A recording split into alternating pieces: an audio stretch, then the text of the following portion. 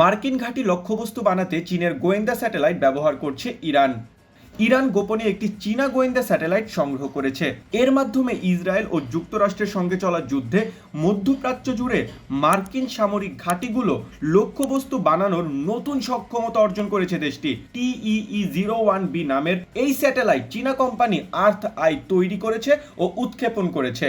চীনা স্যাটেলাইটটি মহাকাশে পাঠানোর পর 2024 সালের শেষের দিকে ইরানের ইসলামী বিপ্লবী গার্ড বাহিনীর অ্যারোস্পেস ফোর্স এর নিয়ন্ত্রণ নেয়। ইরানি সামরিক কমান্ডাররা এই স্যাটেলাইটকে গুরুত্বপূর্ণ মার্কিন সামরিক স্থাপনাগুলো পর্যবেক্ষণের নির্দেশ দিয়েছিলেন। গত মার্চে ওইসব স্থানে ড্রোন ও ক্ষেপণাস্ত্র হামলার আগে এবং পরে এই স্যাটেলাইট থেকেই ছবি তোলা হয়েছিল। তবে এই খবরের সত্যতা যাচাই করতে পারেনি Reuters. White house, CIA, Pentagon কিংবা চীনের কোনো দপ্তরই এই বিষয় নিয়ে এখনো মুখ খোলেননি।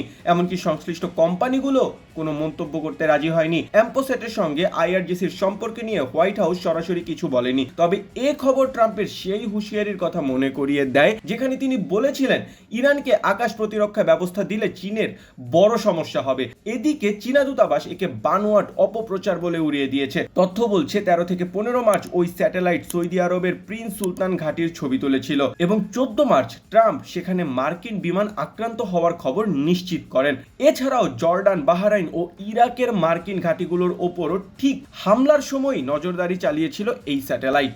Daily headline, Dhaka.